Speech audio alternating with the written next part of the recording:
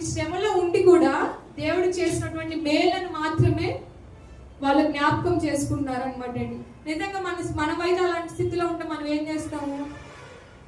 దేవుడిని బ్లేమ్ చేసేసి దేవాన్ని నువ్వు ఇది చేయలేదు అది చేయలేదు అని చెప్పి మనకి చేయనిది మనం జ్ఞాపకం చేసుకుంటాం, కానీ చేసిన వాటిని మనం మర్చిపోతాం అనమాట అండి. నిజంగా సాతానుడు దేవుడు చేసిన విషయాలను మనం మర్చిపోయేలాగా చేస్తాడు అంటే, ఎందుకంటే మనం ఉన్నదాన్ని ఆనందించకుండా చాలాసార్లు మన లైఫ్లో దేవుడు లేని దానికి ఎక్కువ బాధపడతాం. మనం ఉన్నదానికి సంతోషించడం కన్నా లేని వాటి గురించి ఎక్కువ బాధపడతా ఉంటాం అనమాట అండి. వీరు ఏం చేస్తున్నారంటే ఆ సిచ్యువేషన్ లో కూడా ఆల్రెడీ దేవుడు చేసిన మేళ్లను దేవుడు వారి పట్ల ఎంత నమ్మదగిన వాడిగా ఉన్నాడు వాటన్నిటిని కూడా జ్ఞాపకం చేసుకుంటూ మనం చూడొచ్చు కదా. ఆయన ఏమై ఉన్నాడంటే వారికి నా రక్షణకర్త నా దేవుడు అని చెప్పుకొని ఇంకను నేను ఆయన స్తుతించదును అని చెప్తున్నారు.